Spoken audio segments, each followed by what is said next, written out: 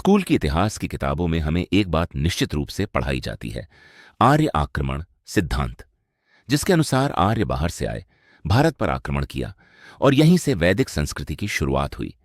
लेकिन सवाल यह है, क्या यह पूरा सच है या फिर इतिहास का सिर्फ एक पक्ष? आज इस वीडियो में हम वेदों, पुरातत्व और आधुनिक शोध के आधार पर आर्य आक्रमण सिद्धांत की सच्चाई जानने की कोशिश करेंगे। आर्य आक्रमण सिद्धांत 19वीं सदी में कुछ यूरोपीय और ब्रिटिश विद्वानों द्वारा प्रस्तुत किया गया। इस सिद्धांत के अनुसार आर्य मध्य एशिया से भारत आए, उन्होंने सिंधु घाटी सभ्यता को पराजित किया और अपनी भाषा व संस्कृति यहां स्थापित की। इस सिद्धांत का आधार था संस्कृत, यूनानी और लैटिन भाषाओं की समानता, कुछ प्रारंभिक कंकाल अध्ययन। लेकिन समस्या यह है कि यह सिद्धांत ठोस प्रमाणों से अधिक अनुमानों पर आधारित था। वेद क्या कहते हैं? अब बात करते हैं वेदों की, विशेष रूप से ऋग्वेद की।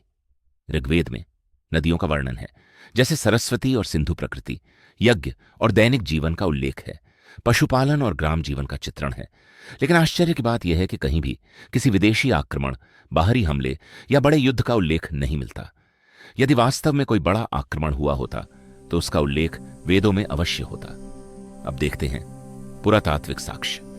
सिंधु घाटी सभ्यता के बाद किसी बड़े विनाश के प्रमाण नहीं मिलते। नगरों का पतन धीरे धीरे हुआ, अचानक नहीं, सांस्कृतिक निरंतरता दिखाई देती है। इससे संकेत मिलता है कि सभ्यता अचानक नष्ट नहीं हुई और किसी बड़े आक्रमण के स्पष्ट प्रमाण नहीं है। आर्य प्रवासन सिद्धांत, इसी कारण कुछ इतिहासकार आर्य प्रवासन सिद्धांत का समर्थन करते हैं।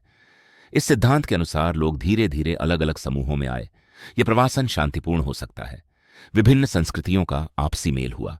आज कई आधुनिक इतिहासकार आक्रमण के बजाय प्रवासन को अधिक तर्कसंगत मानते हैं। आधुनिक डीएनए शोध बताते हैं कि भारतीय जनसंख्या अत्यंत मिश्रित है। किसी एक अचानक विदेशी बदलाव के प्रमाण नहीं मिलते। आनुवंशिक मिश्रण हजारों वर्षों में हुआ। इससे स्पष्ट होता है कि भारत हमेशा से विविध संस्कृतियों का संगम रहा है। किसी एक आक्रमण ने सब कुछ नहीं बदला। तो आज हम क्या निष्कर्ष निकाल सकते हैं? आर्य आक्रमण सिद्धांत एक संभावना या थ्योरी है, अंतिम सत्य नहीं। वेद आक्रमण का समर्थन नहीं करते।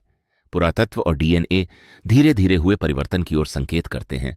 तो फिर सवाल वही है जो सिद्धांत हमें स्कूल की किताबों में पढ़ाया गया, वह किसने लिखा और किस आधार पर?